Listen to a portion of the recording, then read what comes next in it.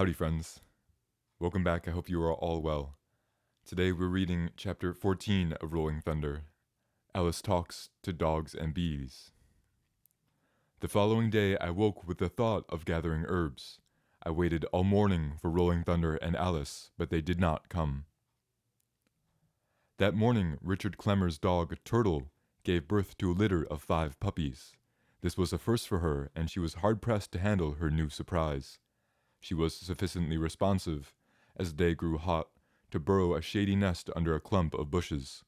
But she thought to carry only 1 puppy with her, and left the others in the sun. At noon, I discovered the dying puppies, and called Anne and Richard. At that moment, Rolling Thunder, Spotted Eagle, and Alice arrived. Alice took the matter in hand. She laid the mother and the babies in the shade of the tree, and placed the little puppies at the nipples. She talked to the mother earnestly, explaining that she had a new responsibility, that she must take care of her family. She urged the little ones to feed, but it was too late. With one motionless pup in her hands, she walked over to Rolling Thunder and held it out to him. He reached out with his fingers extended, feeling not the body, but the air around it. "The life is gone. The body should be buried," he said. This happened twice again, but Alice continued to urge the remaining puppies. Rolling Thunder called to Spotted Eagle and told him to carry an empty box or 2 down along the edge of the river and see if he could get a good supply of nice fat roots of yellow dock. Then he called to me. "You'd say you'd be interested in helping gather herbs? Why don't you go along with Spotted Eagle? He's going down now, to the river." For a moment I was disappointed. It was not herbs. It was Rolling Thunder gathering herbs that I wanted to be involved with. I realized how late it was. It was well past noon, and native herb gathering always stops at sunset. Perhaps Rolling Thunder needed 2 teams for double efficiency? Alice left the puppies with Anne and Richard and drove off with Rolling Thunder on a separate expedition. The river was only a short walk from camp, and I had been there before. Today, the sounds and smells were very intense, and things seemed more alive than ever before. I watched Spotted Eagle pull tall plants from the ground and wondered how rivers and mountains and deserts looked through his eyes. He had always lived with this life and not just observed it. Though all people once lived in direct contact with nature, there are few such people today. Those who are able to remain in touch with all non-human life are rare. This was the first time I'd had any natural business in this place. It was the first time I'd truly noticed the yellow dock and all the other plants here, and surely the first time I'd ever imagined they noticed me.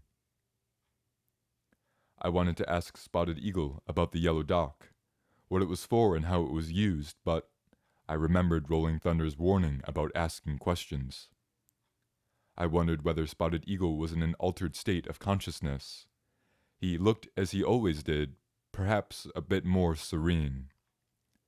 Except for a few brief sentences instructing me how to help, he was silent. My job was to cut away the stalks as he pulled the tall plants from the ground. Only the roots were put into the boxes. The dead stems and leaves were left scattered by the river's edge. When we had finished, we took our boxes and walked back toward the camp. I broke the long silence. "Do you think we have enough roots here?" "No. We'll get some more. We'll go get the car. I know where there's a lot more, but it's a way over there." He pointed toward the railroad bridge at the end of the canyon. He said there was only one large family of yellow dock in the area where we had been. Apparently, we had taken enough members of one family. We followed an old dirt road with a ridge in the middle that made loud scraping sounds on the bottom of the car. The road turned down the embankment and along the edge of the river and then ended. There was a pickup truck at the end of the road, and we pulled up right behind it. Spotted Eagle got out of the car and I followed. He said nothing. A middle-aged man appeared in the distance and walked toward us. As he came closer, he began to talk. Spotted Eagle was silent, and when the man reached us, he leaned against his truck and continued talking about us in a rather loud voice about the dang weather and the dang river and some dang thing he had seen up ahead. But Spotted Eagle said nothing. Looking very polite, Spotted Eagle got back into the car, and when I did too, he backed along the road the way he had come, over the embankment, around the turn to a place that was wide enough for the truck to get by. We waited, and in a moment the man came along, backing down the road, waving as he passed. Spotted Eagle smiled at me and nodded his head.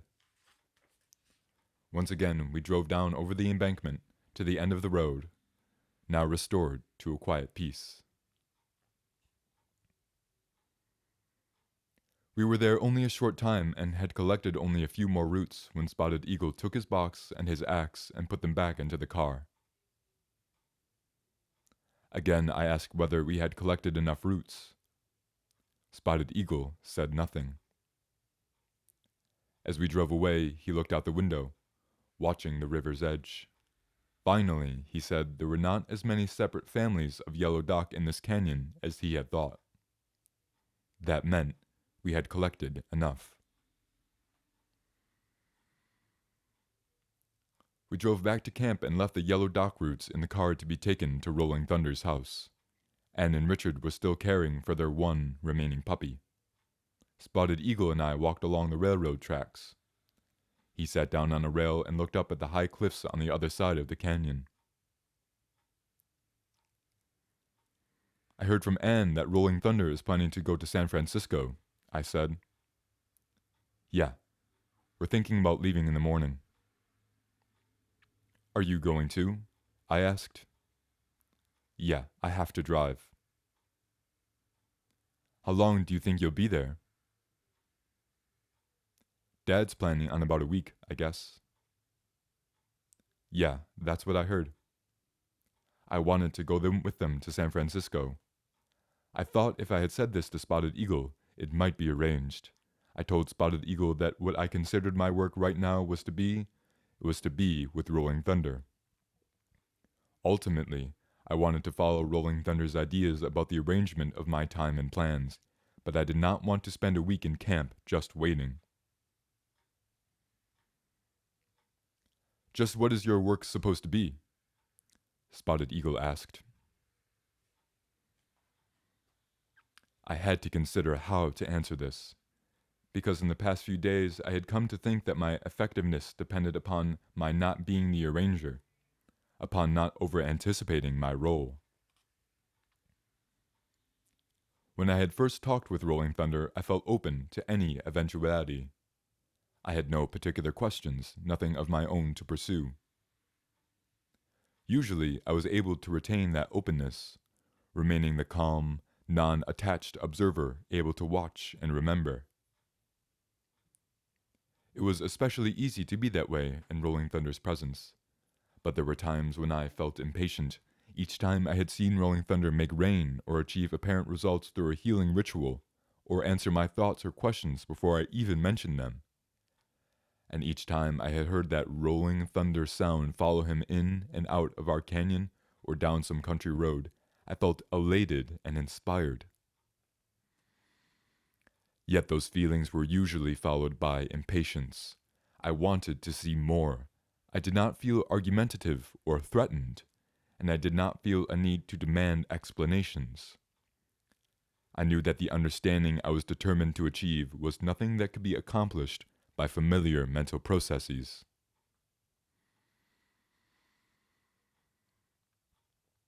I had already learned that the rational mind is not the source of new insights. The rational mind can be expanded to accommodate new learning, but it does not undertake learning. It is a cataloging and comparing mechanism and can see only what it contains.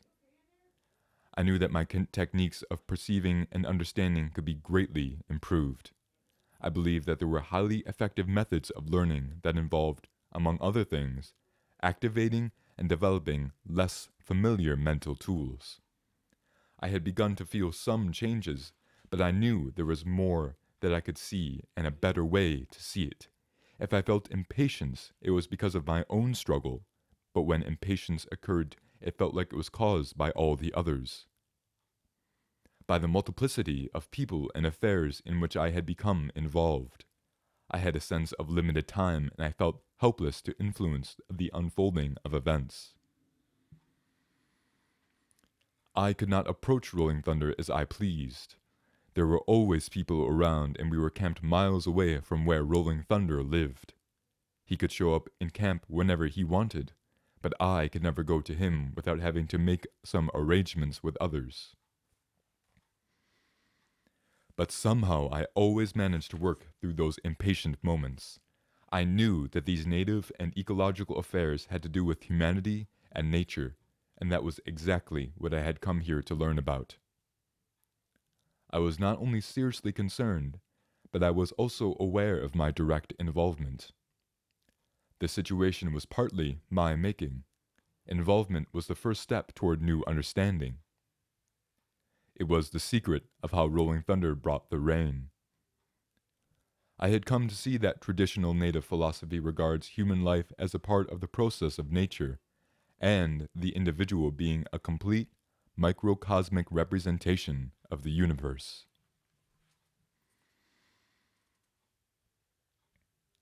Rolling Thunder had told me on various occasions about the struggle between spiritual forces, the forces of light and the forces of darkness, that the earth was a being, an individual with health problems.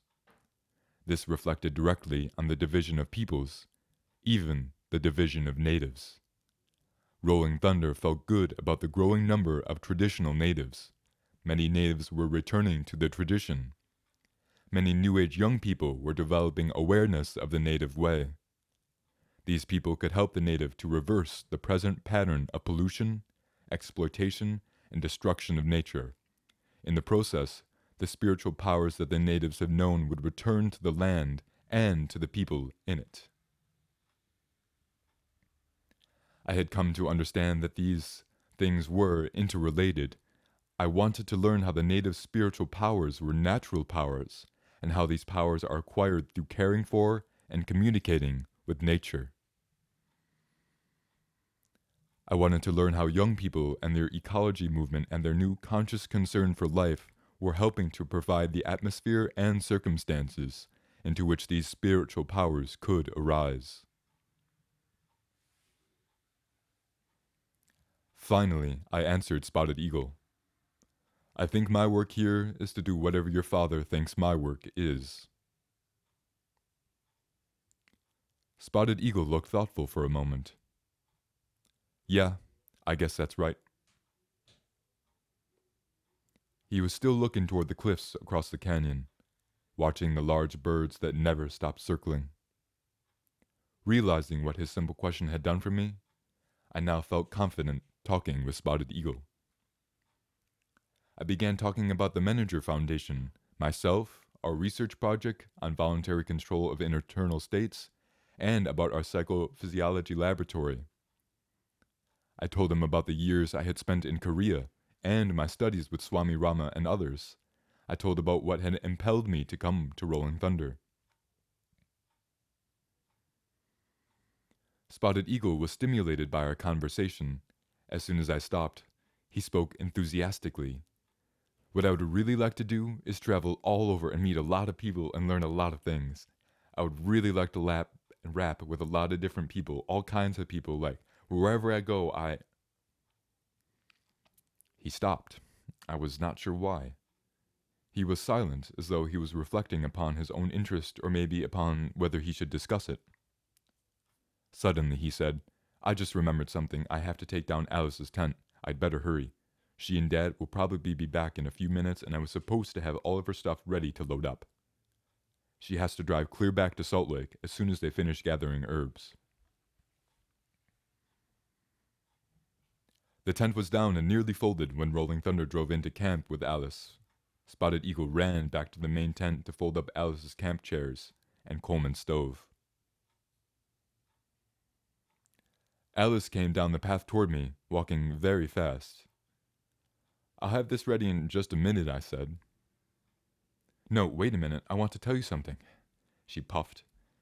"I had the most interesting experience gathering herbs up there," she said, "and I'm so anxious to tell you all about it. It couldn't have happened without Rolling Thunder, I know, but I actually communicated with the bees. I actually talked to them and they understood." She stopped short. "By the way," she said, "why didn't you go along? I thought you were going with us." "Well, I went with Spotted Eagle." She was thoughtful for a moment, remembering Rolling Thunder's words. "Oh," she said, "well, let me tell you this. I was told to tell you first." She was excited. Rolling Thunder told me on the way back. He said, "Now you tell Doug first, and then you write it all down." He said that you should write about the mind and the consciousness things, and that I should write about animals and wildlife. Is that what you're doing?"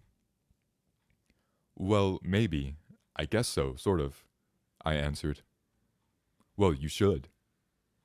Anyway, we went to get horehound plants up near the old ranch. Rolling Thunder knew where they were. He agreed to show me because he knew I needed horehounds. As soon as we got up there, Rolling Thunder made his prayer and his offering. Then I saw that the plants were absolutely covered with bees. I'm deathly afraid of bees. It frightens me just to look at them, and they always sting me. So I just didn't know what to do. I was just ready to leave. Well, Rolling Thunder talked to me. He was so kind and gentle. He sensed what I was feeling without my saying anything. He told me I was not really afraid of animals or any living thing. I only thought I was. And he reminded me how I always loved animals and had taken care of them on a farm in my childhood. He told me that the fear of any living thing is based on misunderstanding. He said, "Now, Alice, I want you to talk to those bees. I saw how you talked to those dogs just a little while ago. You talked to the babies and to the mother, and you said the right things in the right way. If you can talk to dogs that way, you can talk to bees, and they will understand.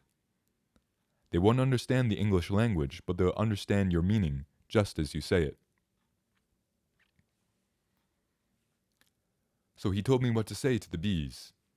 I was supposed to ask the bees to share the plants with me, to tell them I wouldn't harm them, and to explain that I needed the plants for good medicine. But I would have to leave enough for the bees and for the seeds next year. He told me to say it loud and clear. He said he would be sitting right behind me, and he wanted to be able to hear my voice. I did as he said, and do you know, the bees actually understood me and they moved. I just can't describe how I felt. All the bees on the plants I was looking at moved. They all moved together to the back of the plant. I took only the front half of the plant, which they had left me. And then I moved to another plant covered with bees, and the same thing happened again. On one of the plants, when the bees moved back and I started to cut, they all made the strangest buzzing sound. It felt as though they were somehow speaking, telling me to stop, and I was understanding. I looked at Rolling Thunder and he said, "There now, you see? You and the bees have agreed to share, and now you're cutting back too far. They'll expect you now to do as you said." So I cut only the front half very carefully. Then Rolling Thunder came up to me. She paused, and she appeared to be filled with emotion. And he said that this was a gift from the Great Spirit. Immediately she turned and walked back down along the path as quickly as she had come.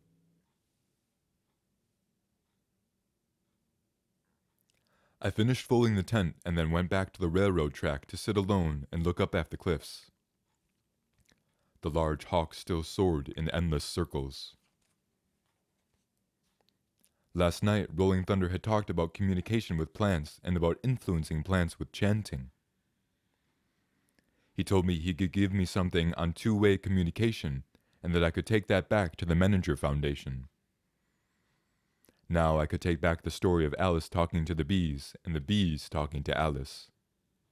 That would no doubt be met with some disbelief on the part of the researchers there, After all, the question of communication with the bees, or any other aspect of nature, could hardly have anything to do with science. The incident could easily be dismissed, since I would have to admit that was not present when it had occurred. Of course, this thing did not happen just so it could be reported. It happened so it could happen. When Rolling Thunder talked to Alice about my writing things down, I knew he was not thinking of bringing reports and verifications to researchers. He was thinking of planting ideas among people who might respond to them. There was no question of proving anything. It was simply a matter of talking to the bees. This was easy to do, something anyone could try. It was also a good example of the predicament of scientists who would dismiss the story as being insufficiently verified. But how long will it be before such communication becomes a widespread practice, in spite of the fact that it is not scientific? When I had returned from Korea, after nearly 10 years there, I had been surprised to see that a process had begun which made it seem that the Orient and the Occident were changing roles. The Easternization of the West had begun. This change was the more vivid to me since I had been involved in the opposite trend, in teaching the ways of the West to Easterners. I was contributing to the Westernization of the Orient. Working with Swami Rama, I reversed roles and became directly involved in bringing ideas of the West, in bringing ideas of the East to Western scientists. I wondered if the day would come when some of the events the Swami described, like speaking to ferocious tigers on the snowy paths of the Himalayas, would become possible here. Talking to dogs and bees and flowers seemed to me like a good beginning.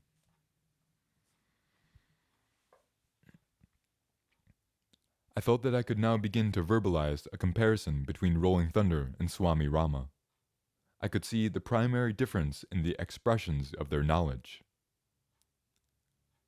Swami Rama's method is to work internally, to withdraw the mind's attention from external perceptions. Withdraw the senses. Withdraw the senses. In this way, one identifies with the self within, the Atman, the cosmic mind. Rolling Thunder's way is to work externally, to sharpen the senses, to embrace the world. In every step of his growth, just as in the purification process, man works from the outside in. Man is in and of nature, a microcosm of that universe that he can see around him. Through interaction with their environment, people learn about the natural world and then come to understand their own nature. They become one with nature, one with themselves, and one with the Great Spirit. I had seen Swami Rama control his pulse and breathing. I had seen Rolling Thunder control the weather. These were perhaps simply different expressions of the same self-knowledge and self-will.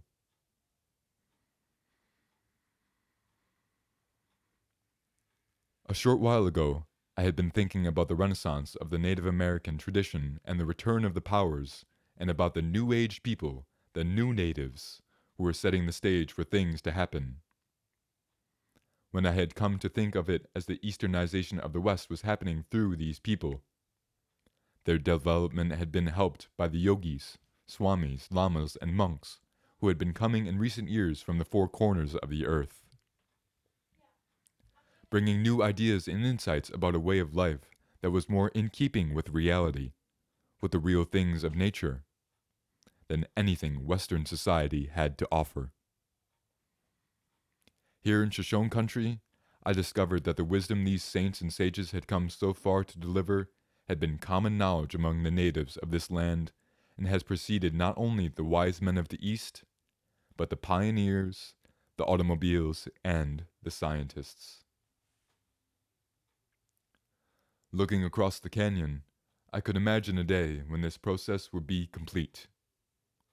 There would be a constant dialogue between all the life forms on the planet. I watched the birds that were still circling, and I wondered about the prospect of exchanging thoughts with them. That is the end of the chapter, my friends. Thank you very much for listening. Niawa.